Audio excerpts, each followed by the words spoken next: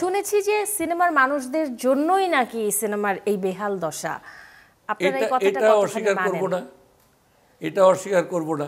না, একবারে সিনেমার মানুষের দোষ এটা আমি পুরোটাই স্বীকার করব না। ব্যর্থতা আছে সিনেমার। না না না, আমাদের দোষ আছে। আমাদের পুরোটাই যে আমাদের দোষ তা না, অন্যান্য দোষ আছে না, কিন্তু আমাদের দোষ আছে, নিশ্চয়ই আমাদের আছে, আমাদের দোষ আছে।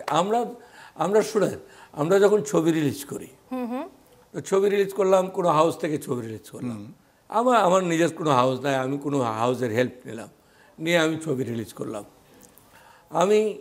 আমি যাকে পোস্টারটা লাগাতে দিচ্ছি সে ঠিকভাবে পোস্টারটা লাগালো না, আমাকে নিজে গিয়ে পোস্টার লাগাতে হচ্ছে।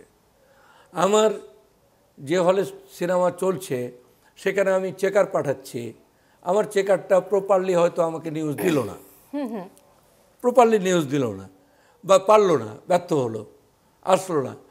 এই যে আমরা পদে পদে মানে আটকে যাচ্ছি। সিনেমা বানানোর পরে যারা সিনেমা বানায় তারা সিনেমা নির্মাণ করে যতটা যুদ্ধ করে তার থেকে বেশি যুদ্ধ করতে হয় আমাদের রিলিজের সময়। হ্যাঁ, এবং রিলিজ করার পরে একটা আশা নিয়েই তো আমরা রিলিজ করি।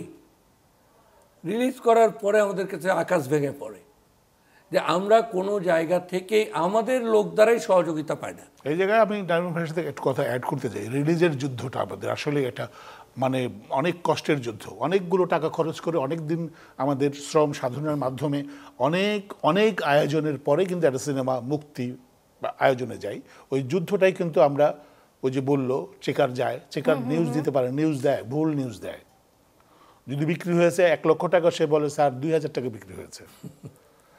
এই যে বিষয়গুলো, এই যে আমাদের হল যে বুকিং এজেন্ট রাখছে, ও নিজে নিজেই কোথায় কোন হল ঠিক করবে না করবে।